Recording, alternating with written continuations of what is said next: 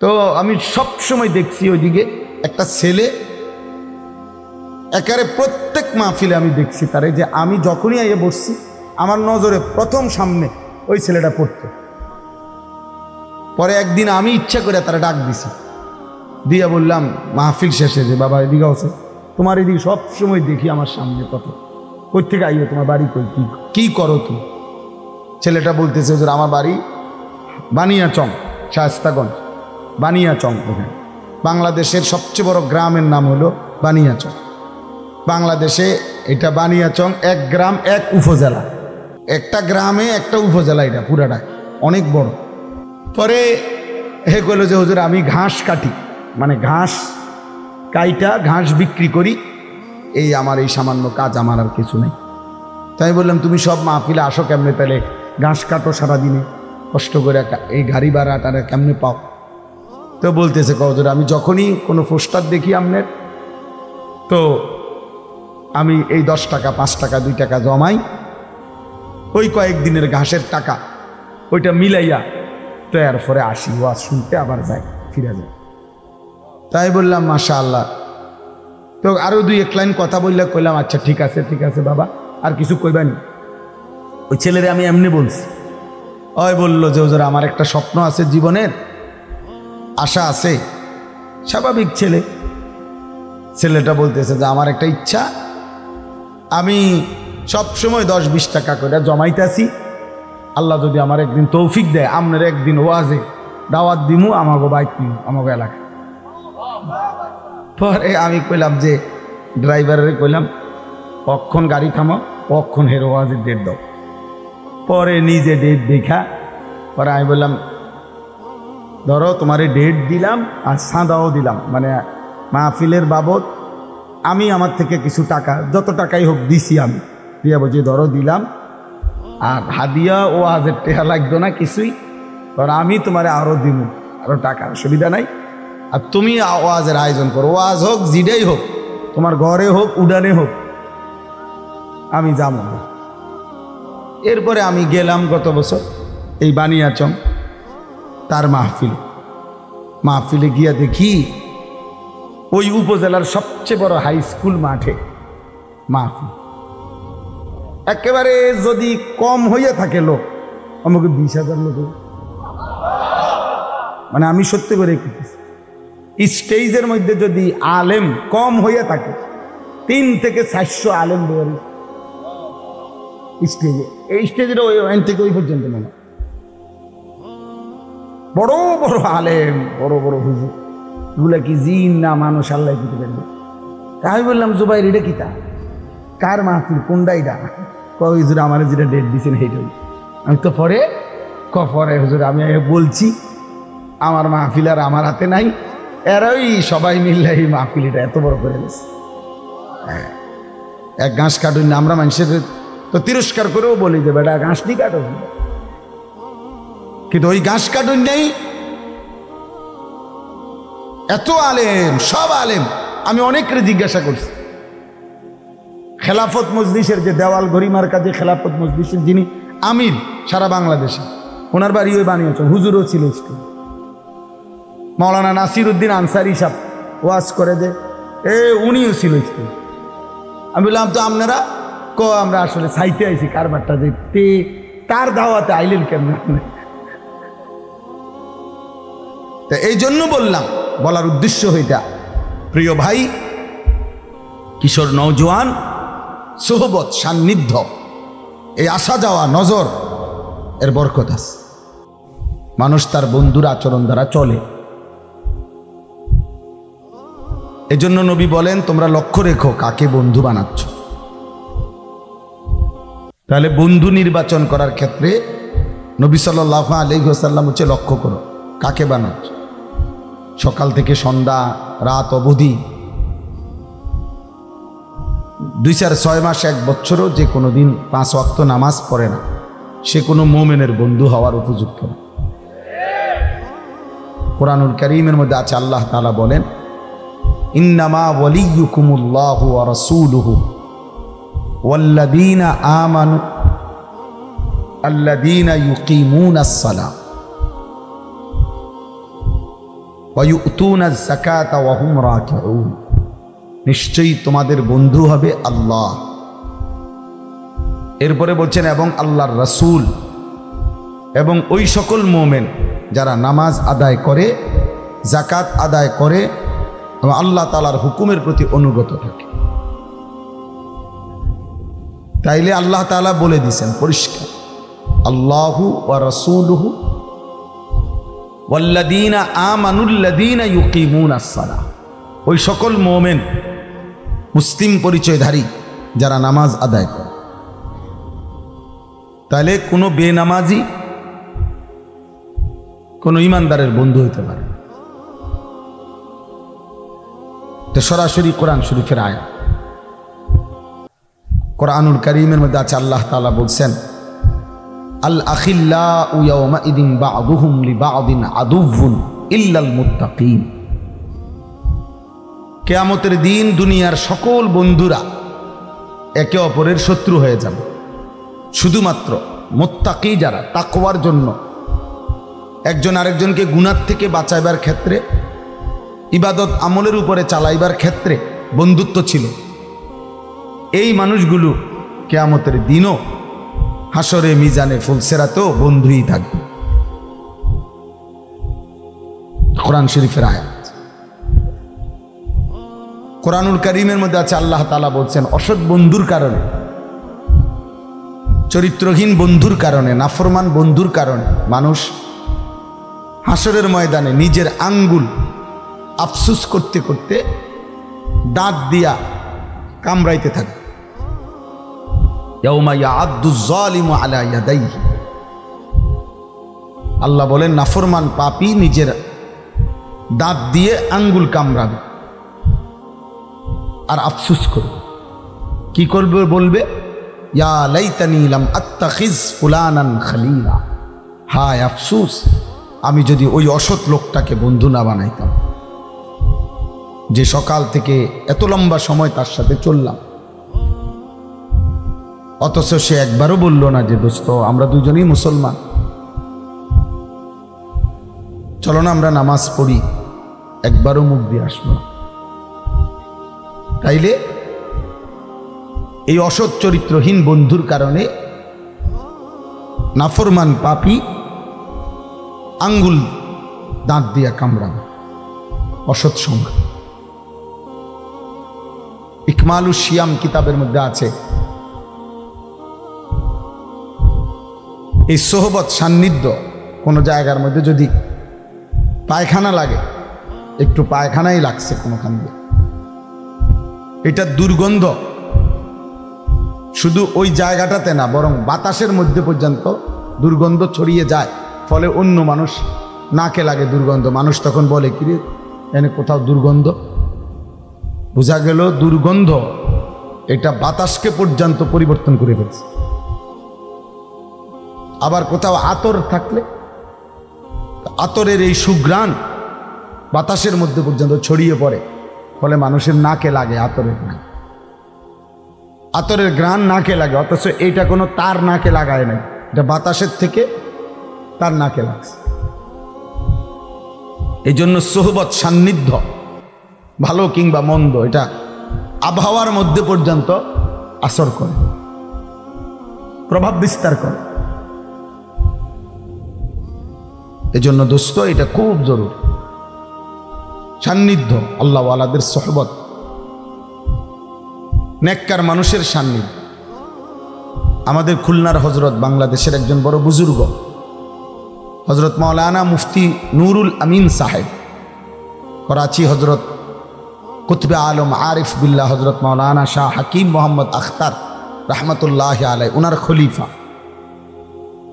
হজরত বলছেন প্রত্যেকটা মুসলমানের উচিত কমপক্ষে নিজ নিজ মহল্লার ইমাম, মুয়াজ্জিন, যারা সত্যিকার তাকওয়ার সাথে আল্লাহর ঘরের খেদমত করে, নিঃসন্দেহে তারা আল্লাহওয়ালা। হজরত বলেন ওই মহল্লার মানুষের উচিত ওনাদের সাথে হলেও ওনাদের সান্নিধ্য, সোহবত, সাহচর্য গ্রহণ করা, ওনাদের কাছে হলেও কিছুক্ষণ বসা, হোক তিনি ইমাম, সব হুজুর রে, সব আলেম রে, সব বক্তারে সবাই চিনতে হবে সারা বাংলাদেশ। এটা কোনো জরুরি না, এটা কোনো জরুরি। জনপ্রিয়তা একটি ধোঁকা, জনপ্রিয়তা একদমই ধোঁকা। জনপ্রিয়তা ইতিপূর্বে অনেকের ছিল, এখন নাই। এখন যাদের আছে তাদেরও কয়দিন পরে থাকবে। অতএব জনপ্রিয়তা কিছুই, জনপ্রিয়তার দ্বারা বক্তারও ফায়দা হয় না, শ্রোতারও ফায়দা। আমারে মনে করেন 1 কোটি মানুষ চিনে, তো আমার কবরের আযাব মাফ তো আর কি লাভ? তা আমার জনপ্রিয়তা দিয়ে কি, আমার সবাই চিনছে তো বুঝলাম, তারপরে 10 কোটি মানুষ চিনলে আমার কবরের আযাব মাফ, তো লাভ হলো কি? তা আমি আর এই জনপ্রিয়তা দিয়ে কি করবো? ঘাস কাটবো? এখন আমারে মনে করেন 1 কোটি মানুষ চিনে, তাতে আপনার কি লাভ? চিনে আমারে না, তো আপনি লাফান করতে, বুঝেন নাই কথা?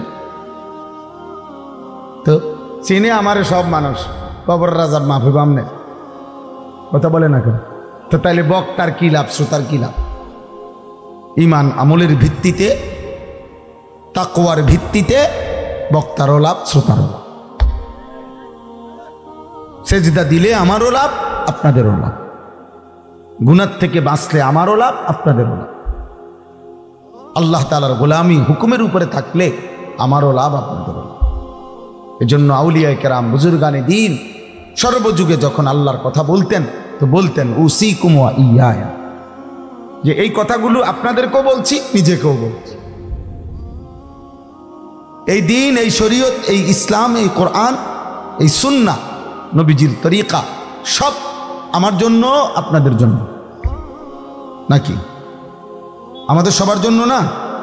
সবার জন্য। এই জন্য দোস্ত বললাম, আমার কথা হলো এই সোহবত, উলামায়ে কেরামের সান্নিধ্য, চোখের এই নজর, মানে শুধু চোখ বলতে এটার অর্থ হইল যে মানে এই চোখে চোখে আসা যাওয়া করা। যেন এই পরিমাণ একজন আলেমের কাছে, তোমরা কিশোর যুবক তোমাদেরকে বলি ভাই, এই পরিমাণ কোনো আলেমে দ্বীনের কাছে আসা যাওয়া করবা, দেখা সাক্ষাৎ হলো, কথা শুনলা, একটা কথা শুনলা, যেন তোমারে দেখলেই চিনে, দেখলেই চিনে। এই দেখার দ্বারা, চিনার দ্বারা, এই নজরের বরকতে ইনশাআল্লাহ ধীরে ধীরে তোমার মধ্যে আমলের জজবা আসবে, গুনাহ ছেড়ে দেওয়ার মানসিকতা। হঠাৎ সবার সাথে শূন্যে চলে গেল, আর কোনো দিন কোনো আলেম, ইমাম, দিনদার কারোর সাথে কোনো সম্পর্ক নাই, আবার ওই গুনার পরিবেশ, আবার ওই বন্ধুদের আড্ডা, মোবাইলের আড্ডায়, তো আবার এলোমেলো হয়ে যায়। এই জন্য একজন আলেমের সাথে আমার শায়েখ আল্লামা মুফতি মুশতাকুর নবী কাসেমি হযরত এটা বলে সব সময়, যে কোনো একজন আলেমের সাথে কমপক্ষে এভাবে সম্পর্ক রাখা উচিত যেন হাসরের ময়দানে উনি দেখলে আপনার ছিলেন। এই পরিমাণ আসা যাওয়া করছে, যেন লক্ষ মানুষের সামনে ভিড়ে থাকলেও এই যে আমার পরিচিত, আমার মহব্বতের গেছে, এই যে এদিকে আসেন, আমি হবিগঞ্জ, শায়েস্তাগঞ্জ ওইদিকে গত 2-4 বছর আগে যখনই মাহফিলে যাইতাম, তো আমি সব সময় দেখছি ওইদিকে একটা ছেলে, একেবারে প্রত্যেক মাহফিলে আমি দেখছি তারে, যে আমি যখনই আইয়ে বসছি আমার নজরে প্রথম সামনে ওই ছেলেটা পড়তো। পরে একদিন আমি ইচ্ছা করে তারা ডাক দিছি, দিয়া বললাম মাহফিল শেষে, যে বাবা এদিকে আছে, তোমার এদিকে সব সময় দেখি আমার সামনে কত, কই থেকে আইও, তোমার বাড়ি কই, কি করো তুমি? ছেলেটা বলতেছে যে আমার বাড়ি বানিয়াচং, শায়েস্তাগঞ্জ, বানিয়াচং। ওখানে বাংলাদেশের সবচেয়ে বড় গ্রামের নাম হলো বানিয়াচং। বাংলাদেশে এটা বানিয়াচং 1 গ্রাম 1 উপজেলা, একটা গ্রামে একটা উপজেলা, এটা পুরাটা অনেক বড়। পরে হে কইল যে হুজুর আমি ঘাস কাটি, মানে ঘাস কাইটা ঘাস বিক্রি করি, এই আমার এই সামান্য কাজ, আমার আর কিছু নেই। তাই বললাম তুমি সব মাহফিলে আসো কেমনে, তাহলে ঘাস কাটো সারাদিনে, কষ্ট করে এই গাড়ি ভাড়াটা কেমনে পাও? তো বলতেছে হুজুর আমি যখনই কোনো পোস্টার দেখি আপনার, তো আমি এই 10 টাকা 5 টাকা 2 টাকা জমাই, ওই কয়েকদিনের ঘাসের টাকা ওইটা মিলাইয়া তো এরপরে আসি ওয়াজ শুনতে, আবার যাই, ফিরে যাই। তাই বললাম মাশাআল্লাহ। তো আরো 2-1 লাইন কথা বললে কইলাম আচ্ছা ঠিক আছে বাবা, আর কিছু কইবানি? ওই ছেলেরে আমি এমনি বলছি। ওই বললো যে হুজুর আমার একটা স্বপ্ন আছে, জীবনের আশা আছে। স্বাভাবিক ছেলেটা বলতেছে যে আমার একটা ইচ্ছা, আমি সব সময় 10-20 টাকা করে জমাইতেছি, আল্লাহ যদি আমার একদিন তৌফিক দেয় আপনার একদিন ওয়াজে দাওয়াত দিমু আমাকে বাইক নিমু আমাকে এলাকা। পরে আমি কইলাম যে ড্রাইভারের কইলাম কখন গাড়ি থামো, কখন হেরো ওয়াজের ডেট দাও। পরে নিজে ডেট দেখা পরে আমি বললাম ধরো তোমারে ডেট দিলাম আর সাদাও দিলাম, মানে মাহফিলের বাবদ আমি আমার থেকে কিছু টাকা যত টাকাই হোক দিছি, আমি দিয়া বলছি ধরো দিলাম, আর হাদিয়া ও আজের টেহা লাগতো না কিছুই, ধরো আমি তোমারে আরো দিব, আরো টাকা, অসুবিধা নাই। আর তুমি ওয়াজের আয়োজন করো, ওয়াজ হোক জিডাই হোক, তোমার ঘরে হোক উডানে হোক, আমি যাবো না। এরপরে আমি গেলাম গত বছর এই বানিয়াচং তার মাহফিলে গিয়া দেখি ওই উপজেলার সবচেয়ে বড় হাই স্কুল মাঠে মাহফিল। একেবারে যদি কম হইয়া থাকে লোক আমাকে 20,000 লোক, মানে আমি সত্যি করে দেখতেছি স্টেজের মধ্যে যদি আলেম কম হইয়া থাকে 3 থেকে 400 আলেম বের স্টেজে, এই স্টেজের ওই থেকে ওই পর্যন্ত মানে বড় বড় আলেম, বড় বড় হুজুর, এগুলা কি জিন না মানুষ আল্লাহ দিতে পারবে। আমি বললাম জুবাইর এটা কি তা কার মাহফিল কোনটা এটা? কয় হুজুর আমার যেটা ডেট দিয়েছেন সেইটাই। আমি তো পরে হুজুর আমি বলছি আমার মাহফিল আর আমার হাতে নাই, এরাই সবাই মিললে এই মাহফিল এটা এত বড় করে গেছে। এক ঘাস কাটুন না, আমরা মানুষের তো তিরস্কার করেও বলি যে বেটা ঘাস নি কাটো, কিন্তু ওই ঘাস কাটুন নেই, এত আলেম, সব আলেম। আমি অনেকের জিজ্ঞাসা করছি, খেলাফত মজলিসের যে দেওয়াল গরিমার কাজে খেলাফত মজলিসের যিনি আমির সারা বাংলাদেশে, ওনার বাড়ি ওই বানিয়েছেন, হুজুরও ছিল মাওলানা নাসির উদ্দিন আনসারি সাহেব ওয়াজ করে যে উনিও ছিল স্কুল। আমি বললাম তো আপনারা আমরা আসলে সাইতে আইছি কারবারটা দেখতে, তার দাওয়াতে আইলেন কেমন? তা এই জন্য বললাম, বলার উদ্দেশ্য হইতা প্রিয় ভাই, কিশোর নওজোয়ান সোহবত সান্নিধ্য, এই আসা যাওয়া নজর এর বরকত আছে। 4 লাইন পণ্ডিতি কথা আমরা সবাই জানি ভাইয়া, তোমরাও জানো, কিন্তু জিন্দিগিটা পরিবর্তন হওয়া দরকার। মালুমাত আছে অনেকের, ইলম নাই সবার, অর্থাৎ কিছু বিষয় জানে এটা সবাই, কিন্তু আমলের সাথে ইলম বলা হয় যা আমলে পরিণত হয়। এজন্য উর্দু কিতাবে আমি পড়ছি, বুজুর্গানে দ্বীন বলে কোরআন হচ্ছে ইলম, মুহাম্মদ আরবি সাল্লাল্লাহু আলাইহি সাল্লামের একটা সুন্নাত হচ্ছে আমল। অর্থাৎ কোরআন যা বলতে চায়, যা শুনাইতে চায়, যেভাবে গড়তে চায়, আল্লাহ তাআলা যা চেয়েছেন তার বান্দার কাছ থেকে, মুহাম্মদ আরবি সাল্লাল্লাহু আলাইহি সাল্লামের জিন্দেগি তার পুরা প্র্যাকটিক্যাল নমুনা এটা। এজন্য দোস্ত, সবার কাছে আজকে একটাই ছোট্ট নসিহত,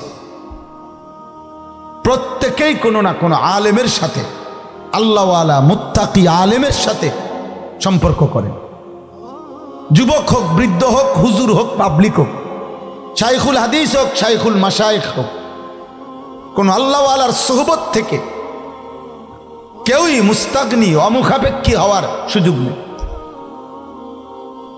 সুযোগ নেই। এটা উচিত। তাহলে কাজে বরকত হয়, খেদমতে বরকত হয়, ইলমে আমলে বরকত হয়, জিন্দিগিটা আখিরাতওয়ালা হয়, আখিরাতওয়ালা হয়।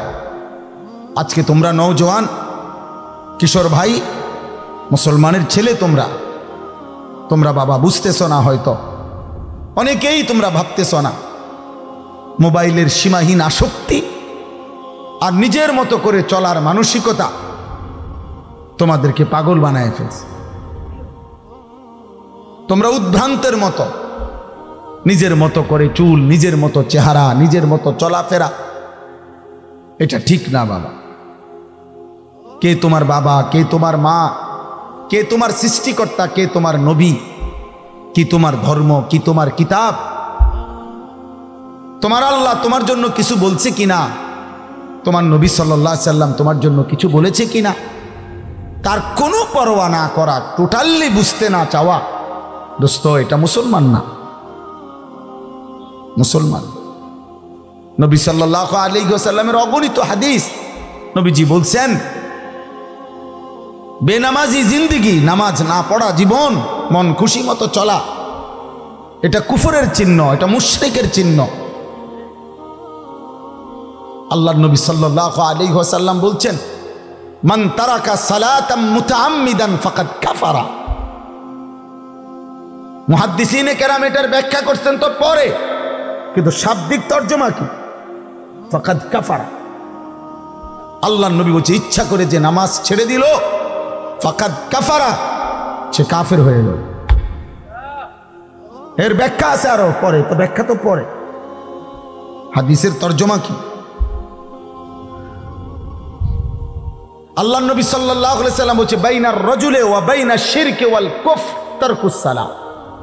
একজন ব্যক্তি আর একজন মুশরিকের মধ্যে পার্থক্য নামাজ ছেড়ে দেওয়া। নামাজ ছেড়ে দিলে মুশরিক, নামাজ সেজদা দিলে মুমিন।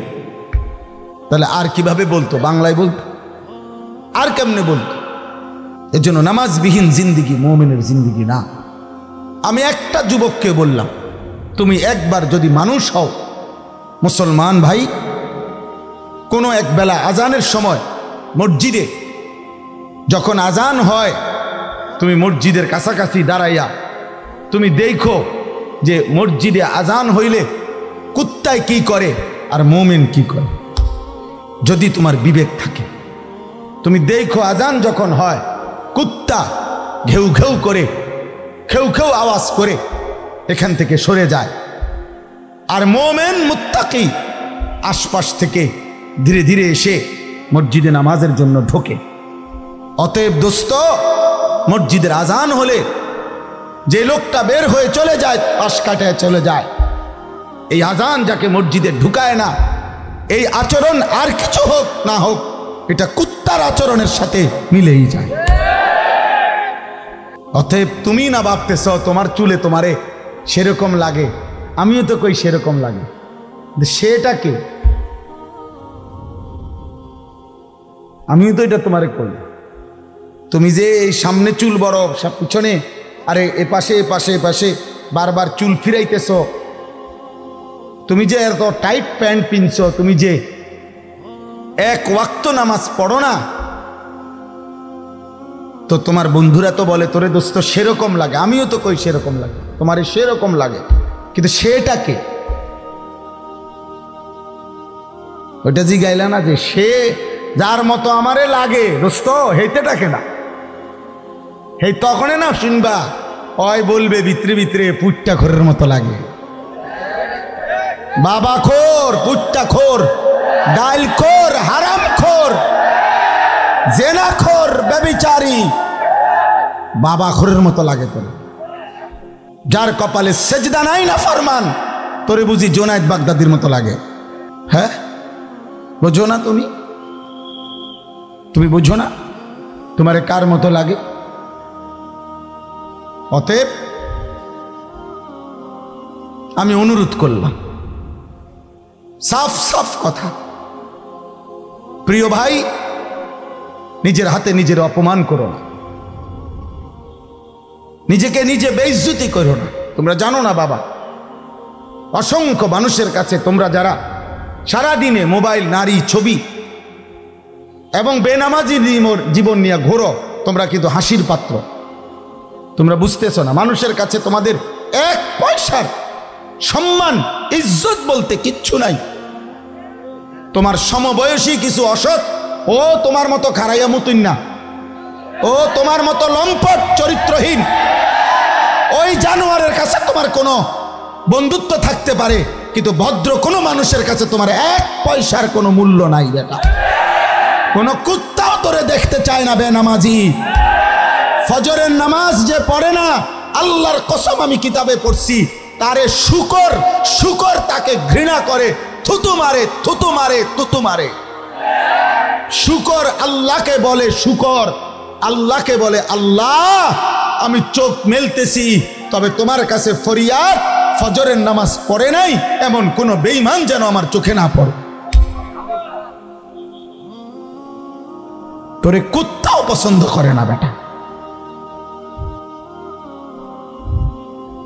তোকে শুকরও পছন্দ করে না বেটা। এই জন্য কেউ যে তারে কিছু কয় না, এই জন্য নিজের সেলফি নিজে তোলে। মানে ও চিন্তা করছে দরকার না কারো ভালো, আমার তো আমার ভালো লাগতেছে,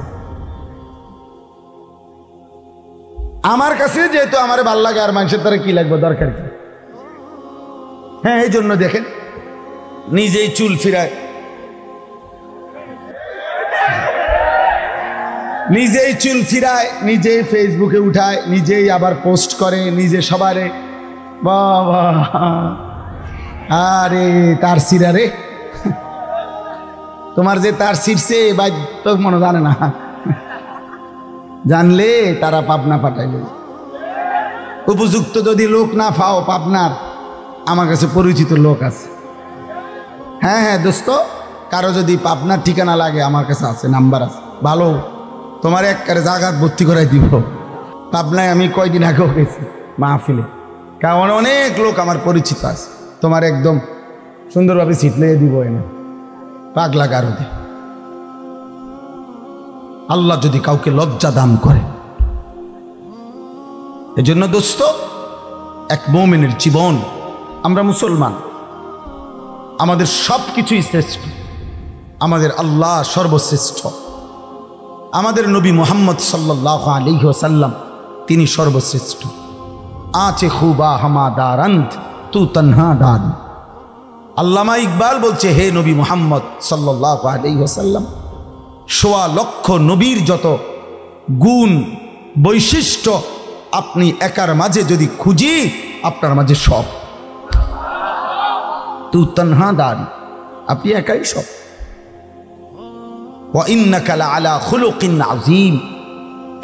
আল্লাহ তাআলা বলছে, বন্ধু কসম করে আমি বলছি, ওয়াল কালামি ওয়া মা ইয়াসকুরুন, আমি আল্লাহ দুইটা কসম করে বললাম, আপনাকে আমি এই কায়নাতের সর্বশ্রেষ্ঠ সৌন্দর্য দিয়ে, আখলাক দিয়ে, রূপে গুণে, চুলে চেহারায়, হাসিতে কান্নায়, আনন্দে বেদনায়, হাঁটতে চলতে উঠতে বসতে খাইতে ঘুমাইতে, ঘরে বাইরে বাজারে ব্যবসায় দেশ জাতি রাষ্ট্রে সব জায়গায় আপনি সর্বশ্রেষ্ঠ। আপনার হাসিও সেরা, আপনার কান্নাও সেরা। আপনি হাঁটলেও সুন্দর, বসলেও সুন্দর, আপনি কথা বললেও সুন্দর, আপনি চুপ থাকলেও সুন্দর, আপনার সব সুন্দর। আমরা কিতাবে পড়ছি, এই পৃথিবীর সমস্ত উত্তম গুণকে যদি বলা হয় যে তুমি আকৃতি ধারণ করো, যেমন ধৈর্য, এটা একটা উত্তম গুণ কিনা? কথা বলে না। সাহসিকতা, এটা একটা উত্তম গুণ কিনা? পরোপকার, মানুষের কল্যাণ, এটা একটা উত্তম গুণ কিনা? হ্যাঁ, উত্তম। তো এরকম যত উত্তম গুণ আছে, সকল উত্তম গুণকে যদি বলা হয় যে তোমার শ্রেষ্ঠ রূপটা কেমন, মানে যেমন ধৈর্যশীল ব্যক্তির সর্বশ্রেষ্ঠ রূপ কেমন, তুমি আকৃতি ধারণ করো। সাহসিকতার সবচেয়ে চূড়ান্ত নমুনা কেমন, তুমি আকৃতি ধারণ করো। পরোপকার, অপরের প্রতি কল্যাণকামী মানুষের সর্বশ্রেষ্ঠ উদাহরণটা কেমন হবে, তুমি আকৃতি ধারণ করো। এইভাবে কিতাবে লিখছে, এই পৃথিবীর সমস্ত উত্তম গুণকে যদি বলা হয়, মানুষের আকৃতি ধারণ করে দেখাও যে সেটা সর্বোচ্চ শ্রেষ্ঠ কেমন হবে। বারবার প্রত্যেক উত্তম গুণের ক্ষেত্রে যার আকৃতি ভেসে উঠবে তিনি মুহাম্মদ সাল্লাল্লাহু আলাইহি ওয়াসাল্লাম। ধৈর্যে যিনি সেরা তিনি মুহাম্মদ, সাহসিকতায় যিনি সেরা তিনি মুহাম্মদ, পরোপকারে যিনি সেরা তিনি মুহাম্মদ, ইয়াকিনে যিনি সেরা তিনি মুহাম্মদ, তাওয়াক্কুলে যিনি সেরা তিনি মুহাম্মদ, তাহাজ্জুদে যিনি সেরা তিনি মুহাম্মদ, তাকওয়াতে যিনি সেরা তিনি মুহাম্মদ। আছে খুবা হামা দারং তু তনহা দারি, সব নবীর যত গুণ সব একাই মুহাম্মদ সাল্লাল্লাহু আলাইহি ওয়াসাল্লাম। সেই নবী তোমার নবী। হায় যুবক, হায় বাপ, ধরলা কারে ছাড়লা কারে, ধরলা কারে ছাড়লা কারে। যাদের মতো তোমরা চুল রাখো ওদের জাতপাতেরও অনেকের পরিচয় নেই। এই যেই সমস্ত বেঈমানের চুলের ডিজাইন তোমাদের মাথায়, ওই সব বেঈমানের বংশও নাই, জন্মেরও হয়তো অনেকের ঠিক ঠিকানা নাই। যুবক মনে রাখো বাপ, প্রিয় বন্ধু মনে রেখো, চুল রাখলা বেঈমানের মতো, চলাফেরার প্যান্ট শরীর একবারও পেশাব করে টয়লেট পেপার ব্যবহার করো না, পানি ব্যবহার করো না, উলঙ্গ ছবি দেখতে দেখতে রাত পার করো।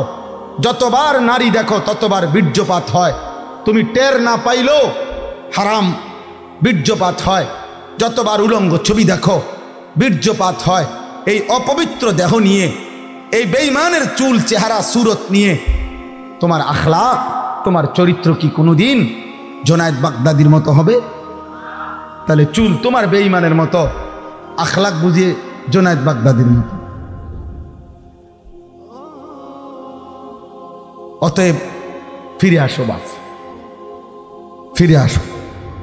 হাসলেও মরে যাবা, কাঁদলেও মরে যাবা, সুখে থাকলেও মরে যাবা, দুঃখে থাকলেও মরে যাবা, মনে থাকলেও মরে যাবা, ভুলে গেলেও মরে যাবা। বাবাদেরকেও বলি, বাবারা সব আমরা মরে যাব। এই পৃথিবী রাজপ্রাসাদে থাকলেও মৃত্যু হবে, জীর্ণ কুঠির কুড়ে ঘরে থাকলেও মৃত্যু হবে। এই কথাটাই আমার শেষ কথা। আল্লাহ তাআলা বলছেন ওয়াজাআত সাকরাতুল মাউত বিল হক।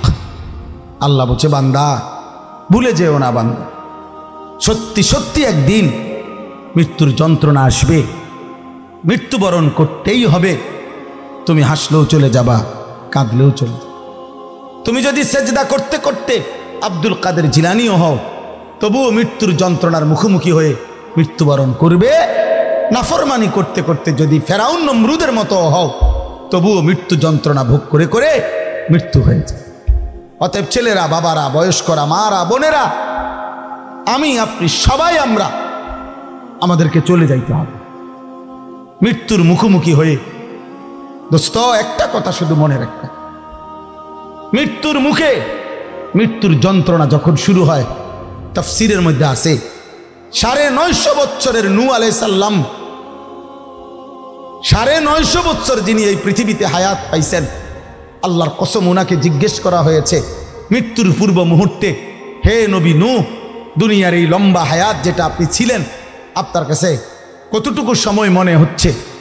হযরত নূহ আলাইহিস সালাম বলছেন, হায় বা শোনো, একটা লোকের একটা ছোট্ট ঘর, যে ঘরের দুইটা দরজা, এক দরজা দিয়ে ঢুকছে, আরেক দরজা দিয়া বের হইছে।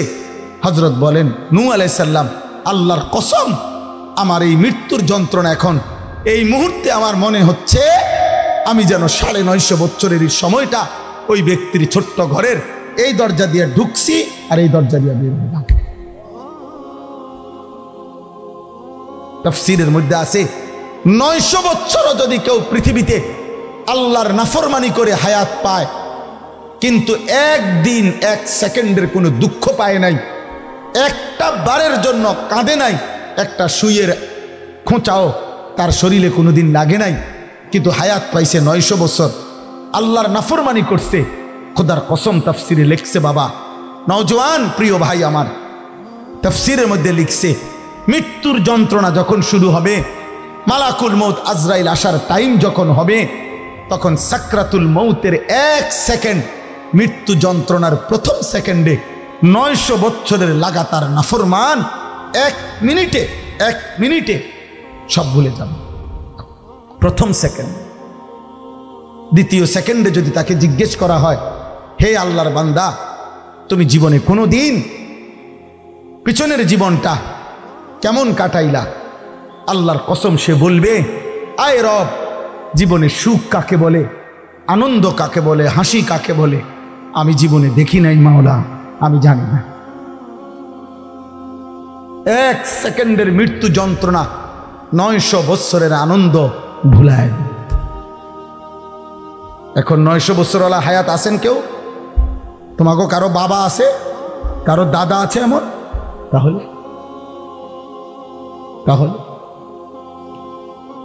নবী সাল্লাল্লাহু আলাইহি সাল্লামের সাহাবী আমর ইবনুল আস, ওনাকে মৃত্যুর পূর্বে জিজ্ঞেস করা হয়েছিল, হে নবীর সাহাবী, এই মুহূর্তে মৃত্যুর পূর্বে, উনি সাহাবী, ইমানদার, শ্রেষ্ঠ সাহাবীদের একজন, মিশর বিজেতা সাহাবী, সাহাবাদের মধ্যে জলিলুল কদর যারা, ওর মধ্যে একজন আমর ইবনুল আস। ওনারে বলা হয়েছে যে, হে সাহাবী, মৃত্যুর পূর্বে এখন আপনার সাকরাতুল মউত, মৃত্যুর যন্ত্রণাটা কেমন মনে হইতেছে? আমার কাছে কিতাব আছে দোস্ত, আরবি কিতাবে পড়ছি আমি। উনি বলছি, ইয়া বুনাইয়া, ওনার ছেলেকে বলতেছিলেন, আমার সন্তান, কাআন্না জিবালাদ দুনিয়া আলা সাদরি, আমার মনে হইতেছে এই পৃথিবীর সবগুলো পাহাড় আমার বুকের উপরে চাপ দিয়ে রাখছে। কাআন্না জিবালাদ দুনিয়া আলা সাদরি, আমার বুকে যেন এই পৃথিবীর সবগুলো পাহাড় চাপ দিয়ে রাখছে। ওয়া কাআন্নী আতানাফাসু মিন সাকবিল ইবরা, আর তিনি বলেন, আমি যেন সুইয়ের ছিদ্র দিয়ে নিঃশ্বাস নিচ্ছি। তুমি কে? তুমি কে দোস্ত? আমি কে? হায়, যদি সাহাবীর মৃত্যু যন্ত্রণা এমন লাগে, গত 30 বছর যে সুদ খায় ওই হারামখোরের মৃত্যু যন্ত্রণা কেমন হবে? গত 60 বছর 40 বছর ধরে যেই নাফরমান প্রতিদিন বিড়ি সিগারেট খায়, ওর মৃত্যু যন্ত্রণা কি হবে? প্রতিদিন যে ওজনে কম দেয়, হারাম রোজগার করে, চুরি ডাকাতি ছিনতাই লুণ্ঠন করে, এই নাফরমানের মৃত্যু যন্ত্রণা কেমন হবে? ওই যুবক, বলো না আব্বা, 365 দিনের খোদার 1 বছরে যে কোনোদিন ফজরের নামাজ পড়লা না বাপ, ওই অবস্থায় তোমার মৃত্যু হলে তোমার মৃত্যু যন্ত্রণা কেমন হবে? এরপরে তো জান কবজের কষ্ট, এরপরে তো কবরের কষ্ট, এরপরে হাসরের ময়দানে দাঁড়াইবার কষ্ট, এরপরে মিজানের পাল্লায় হিসাবের কষ্ট, এরপরে ফুলসিরাত পার হওয়ার কষ্ট, এরপরে জাহান্নামের কষ্ট। হায় বাপ, আমি সইব কেমনে, তুমি সইবা কেমনে? ফাকাইফা তাত্তাকুনা ইন কাফারতুম ইয়াওমান ইয়াজআলুল বিলদানা শিবা। আল্লাহ বলছে, বান্দা, আল্লাহ নিজে বলছে, এই বান্দা, সেদিন হাসরের ময়দানের এই যে নাফরমানি করছো, তুমি কেমনে বাঁচবা? আমার বান্দা, তুমি জানো হাসরের ময়দানের একদিনের দুঃখ, কষ্ট, পেরেশানি, ইয়াজআলুল বিলদানা শিবা, কোলের বাচ্চা একদিনে বুড়া বানায় ফেলবে, বুড়া বুড়া। কোরআন শরীফ সূরা মুজাম্মিলের আয়াত। অতএব প্রিয় ভাই, প্রিয় নওজোয়ান, বয়স্ক বাবা, পর্দার আড়ালের মা বোন, আমি আপনি সবাই, হুজুর, পাবলিক, আলেম, ওলামা, আমরা সবাই মৃত্যুর প্রস্তুতি নিই। আল্লাহ আমাদেরকে তৌফিক দান করেন, আল্লাহ আমাদেরকে কবুল করেন। আজকের এই ভরপুর মাহফিলে আমাদের শ্রদ্ধেয় হযরত মাওলানা মুফতি সাখাওয়াত হোসেন রাজি দামাত বারাকাতুম, তিনিও বয়ান করবেন। মজলুম আলেমে দ্বীন, সাহসী কণ্ঠস্বর, অন্যায়ের বিরুদ্ধে প্রতিবাদী মানুষ, যেন কেউ উঠাউঠি না করে, দয়া করে সবাই মনোযোগ দিয়ে বসেন, ওলামায়ে কেরামের ধারাবাহিক বয়ান শুনেন।